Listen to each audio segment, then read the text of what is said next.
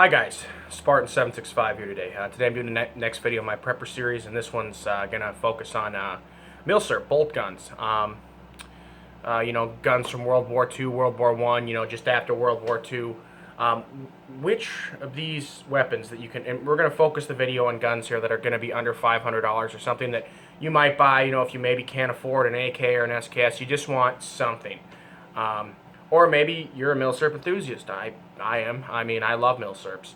But we're going to go over mainly today, like, obviously assuming if you had an AK, an AR, or some other semi-automatic platform, that would probably be your optimal shit-hits-the-fan weapon for either bugging in or bugging out. But I'm going to run over a large variety of milsurps today that can be had for under $500 and why, which ones are better than the other ones and which ones suck and which ones, are I think, in my opinion, the top. We're not going to cover, Springfields. We're not going to cover, because those are all higher end guns. Your Swedish Mausers, your Finnish M39s, those are all pushing over the $500 mark, usually speaking. I know there's exceptions. I know, oh yeah, you might be able to find this M39 on whatever for $450. Okay, but generally they're all above 500. So, okay, we're going to cover, ease of use, durability, reliability, accuracy, and how easy ammo would be able to find. First off, we're going to start out with the gun on the bottom of the list. This is the one I would least recommend or least choose out of my collection. But obviously, if this is all you have, there are some positive points to it. And that is the venerable, popular, I'm going to have to scoot back just to show you how long it is, the Mosin-Nagant M9130. Now, why is this on the bottom of my list? Several reasons. Number one, the weapon is overly long. The weapon is, not super heavy, but it's definitely up there. The bolt system on it can be fairly sticky and hard to use, and that varies per gun. I have some Mosins where it's super smooth, like this one. I did a bolt job on it, and this bolt is fantastically smooth. But some of them, after you fire the rifle, you're just, trying to get the damn thing open, and it varies per rifle, like I said. Now, these rifles out of the box, I've owned about 20 of them. And I have never had one out of the box that did any better than about 2.5 inches. 2.5 inches at 100 meters. Now, that's not saying they can't be made accurate. This particular 9130 is a 1943 war production. So this was, you could say, at the peak of when they were just kicking these things out like last-ditch style rifles. This one has an immaculate barrel, and I bedded this. I did some research and read how the Russian snipers bedded the rifles in World War II. And I did follow that, and I actually got this thing down from 2 inches to MOA groups. That's with surplus, just your standard 147 grain light ball ammo, surplus bow tail. And this thing shoots phenomenally. But the big downside of the Mosins is, obviously, you're going to have people attacking you in a shit-hits-the-fan situation, or you're going to be having to defend against people who probably are going to have better guns, like ARs, AKs, I don't know, just better guns in general. And you're going to want to be able to load the weapon quickly. You're going to want to be able to, get as many rounds down range as possible, as effectively as possible. Here's another falling point to the Mosin. Stripper clips for this weapon suck. They're very finicky to load into the rifle. You can't just push them down like this. You have to grab the top round and then kind of, just push them in like that. And it takes about 4 times as long to load one of these as it does like a Mauser, which is a Mauser is just a one and done. These are also a rimmed cartridge. So if you don't put these in the stripper clip correctly, and the rims aren't behind this round, the rim has to be behind this round, and so on. If you have the rims, intertangled, you'll get what's called rim lock. You'll load the charger into the gun, or after you eventually get the damn thing in, and then you'll go to close the bolt, and the bolt will not close because the rim of the round on top is locked behind the rim of the next round. Yes, I understand the 7.6254. I think it's a great round. It's one of the only rimmed cartridges still in serviceable use today. But it's a rim cartridge, and that's a big falling point, because if you're in a heated situation, you're loading it, and you're like, oh, what the fuck is going on? But these can be had nowadays for about 160 bucks. I know they used to be 80 back in the day. That's when I had like 20 of them. But for the cheapest gun on the price point, this is going to be it right here. I mean, and it works, but it's the lowest in the totem pole. And I know there's going to be those Mosin guys out there like, oh no, it's better than all the other ones. It's not. A Mauser's better. A Mauser's a better gun, for an example. I mean, we're gonna, and that anybody that shoots, anybody that's into collecting can confirm that. I mean, I've never had anybody tell me that the Mosin is better than the Mauser. But you know, we're gonna step away to another Mosin here. You know, which I think is going to be a slightly better option if you can find one. If you have to have a Mosin, is the M38. Now, why didn't I pull out an M44 with the hinge bayonet? One reason: bayonets are pretty much pointless. I know that yes, you can have one on and someone as they come in the door. Yes, but I mean, for all intents and purposes, I'm not going to put a bayonet on any of these weapons. Carrying a bayonet in a bug-out pack, it's just added weight. It's long. It's bulky. It's not something I would carry. The M38 never had a bayonet. The M44 has a hinged bayonet. The reason I have this guy out, this is the one without the bayonet, never came with a bayonet. They were never made with a bayonet. They also didn't make nearly as many of these as the M44, but they can still be fairly easily found.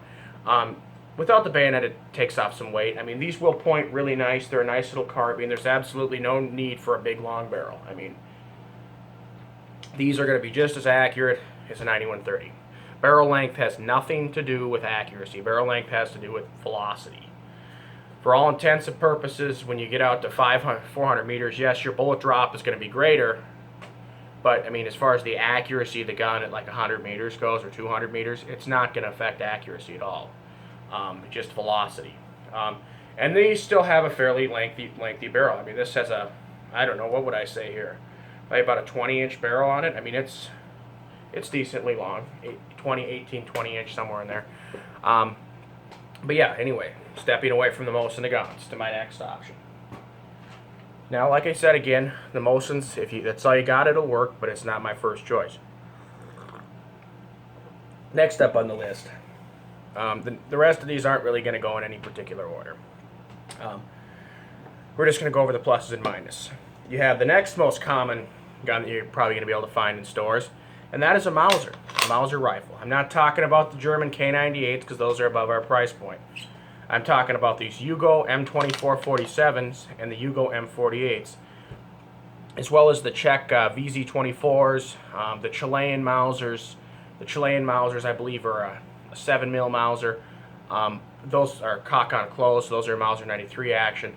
But this is the Mauser 98 action, is what we're mainly going to be going over today. This is probably the strongest bolt ever designed, or you know, the most robust. These weapons are built like tanks, and the Yugo Mausers are just as good as the German Mausers in almost every respect as far as the metallurgy goes and the accuracy and the quality. I've owned a couple of these. I've owned a German Mauser. What else have I had? I had a VZ24 for a brief period of time. Sold that. I had a Spanish M43 Mauser. Those are a little harder to come by, but they're still decent Mausers. These point really well. They got a V-notch style sight. The sights in these are only graduated down to 200 meters, but for most intents and purposes, you're firing an 8mm Mauser. Your bullet drop is going to be pretty minimal at 200. If you're shooting at 100, it's going to be like an inch. These are the chargers these come on. Now these are brass chargers, brass stripper clips, and these you can literally just push in and down, close the bolt, the clip's still in there. I'm not going to charge this because there's a bunch of oil and stuff in here, because I don't shoot these that often to keep the preservative oil. I don't want to get oil over the rounds, but these you just drop the charger in, and you can leave the charger right in there, and you boom, close it, kicks it right out, way faster than the Mosin. The Mauser, I think, would be optimal. I didn't obviously point out, obviously the Mosin, has a 5-round magazine, single stack magazine. This is a 5-round internal double stack magazine, which is pretty common for most surplus rifles. You can put rounds down target very effectively and reasonably quick with the Mauser. You could shoot accurately out to, easily 300-400 meters with one of these, no problem. Next, we're going to move on to another option. Obviously, I'm going to pause right here before I go any further.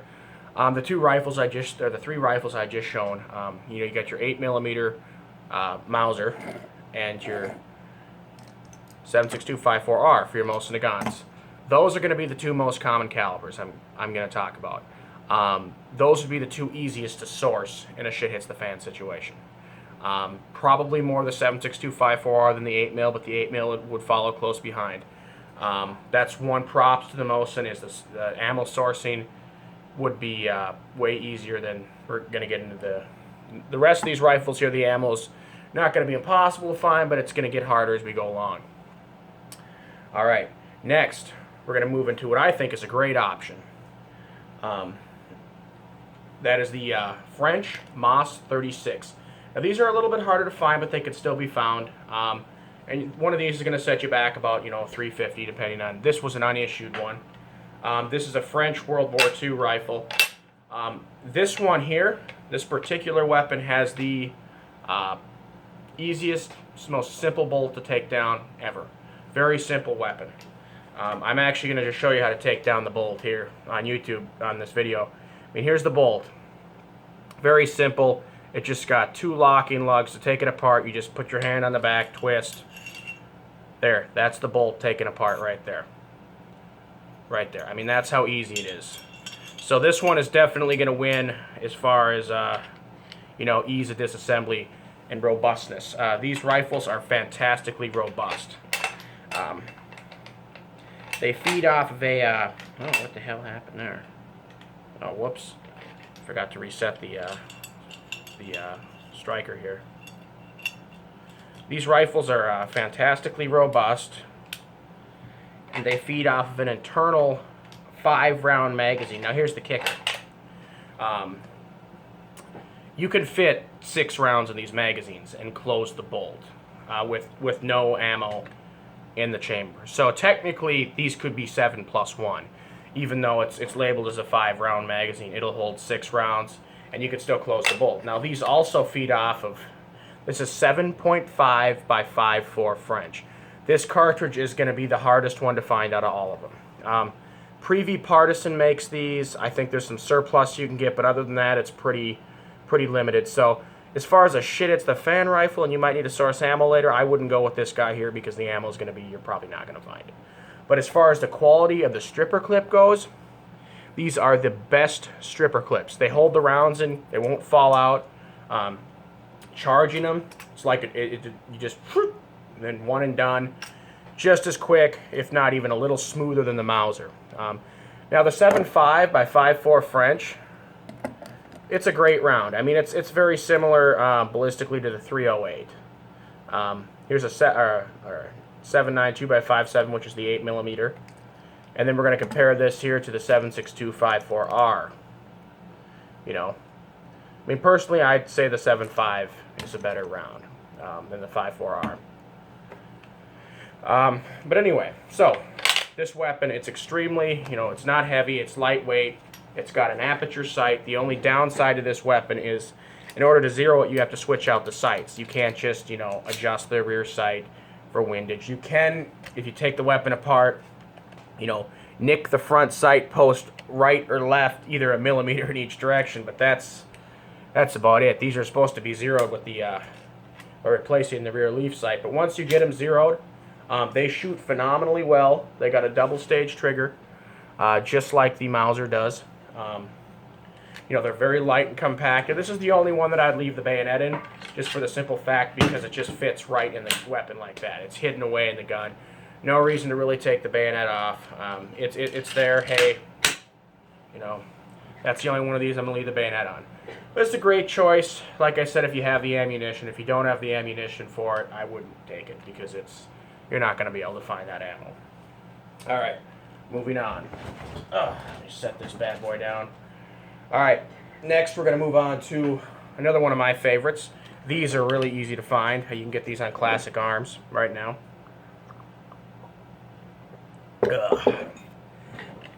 That is the Swiss K31. This is probably the most accurate, most finely built weapon out of all these guns I have. This was utilized by the Swiss military from 1931 to 1957. The models prior to that were the Swiss K11 and the I believe it was the 1886 Schmidt-Rubin or something like that. They all pretty much work similar, not identical, but they're straight pull action. The K31, they went and shortened up the bolt length and everything like that. These are just beautiful rifles. They have a really nice double-stage trigger with about a 2-pound pull once you get to the second stage. Very accurate right out of the box. At 500 meters with this gun, I was doing MOA. That's it. Well, I would say maybe a little bit above MOA, but I was shooting about, 6-7 inch groups at 500 meters with this weapon, iron sights, bench rest. And the conditions were perfect. This is up in North Dakota, and it was about a 70-degree today, not super cloudy, absolutely zero wind, minimal humidity. It was beautiful. But these will shoot right out of the box fantastically. The cyclic rate on these, you can shoot these devastatingly fast being a straight pull. They have a 6-round detachable box magazine, but for most intents and purposes, you're not supposed to change the magazine or reload by taking the mag in and taking it out and putting it back in, although you can do that. The stripper clips or chargers for the K31 are hard to find. If you do find them, they're going to be rather spendy. I got a few of these. These are 6-round chargers. The magazine, like I said, is a 6-round. Now these are the most intricate of all the chargers I have. Yes, they're bulky, but I mean, they're right there. You just simply drop the charger in, just like that, and then whoop, push it down. Take the charger out and throw it away. I would actually keep the chargers. Obviously, in a shit-it's-the-fan situation, you want to keep your chargers. But again, I'm not going to into the gun because I've got preservative oil, and then I don't want to get that on the ammunition. These point very well. They have tangent sights. The front sight is easily adjustable for windage. There is no adjustment for elevation. Well, there is, obviously. But, I mean, as far as fine-tuning it to where it's going to be right on at 100, 200, 300. This one is. Most of them probably are going to be right on.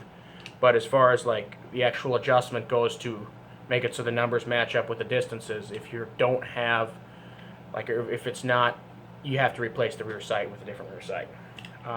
But any ones that I've fired, they're all usually right on. All right. Next, we're going to move on to the option that I think I would take and shit it's the fan. Oh, obviously ammo availability. Forgot to cover that.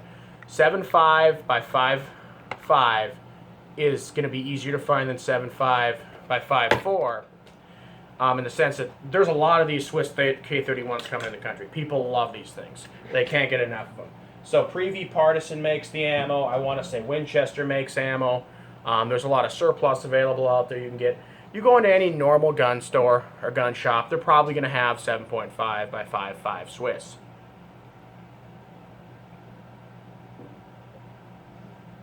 Ugh, had to finish up that coffee before it got piss warm. All right, next we're going to move on to the Enfield SMLE.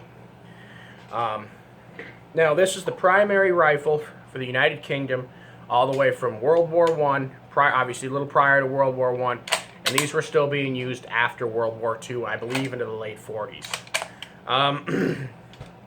Now, this isn't the Enfield I would take. I'll go to the Enfield that I would take after this. These SMLEs are great weapons. I'm a big fan of these. They're rugged, robust, they're durable, they're very accurate rifles. They feed on a very easily detachable 10-round magazine. There's the kicker, a 10-round magazine. These are also charged via 5-round stripper clips. Now, these are rimmed cartridges, but unlike the 7.6254 stripper clips that are an absolute bitch and a half to load into the gun, these you can just push down with your finger. And these you don't have to worry about rim lock when you're loading the... well, you do have to worry about rim lock, but when you're loading them in, they have little viewports in the back. So you can make sure that your cartridges are not rim locked, which is a nice little addition. These Enfield stripper clips are not super easy to find, but they're not difficult to find. I mean, you can find them on like Newbridge gun parts and stuff. But this will take 2 5-round strippers. So strip, pull, another one strip, pull, magazine loaded. Now, the weapon was not designed to be, utilized as a magazine change weapon for reloads. It was designed for stripper clips. But if you have a few of these guys, I don't see a reason why not. You're shooting, click. Well, obviously not click, but you run out of ammo. You can very easily change these magazines very quickly. The mag release is right here. I don't know if you can see that here. Sorry, the camera kind of shitty. These have very precise tangent sights with a fine adjustment as well as a coarse adjustment. You can shoot very accurately with these things. Most of these out of the box are going to do, I mean, if they got a good barrel, they will do MOA.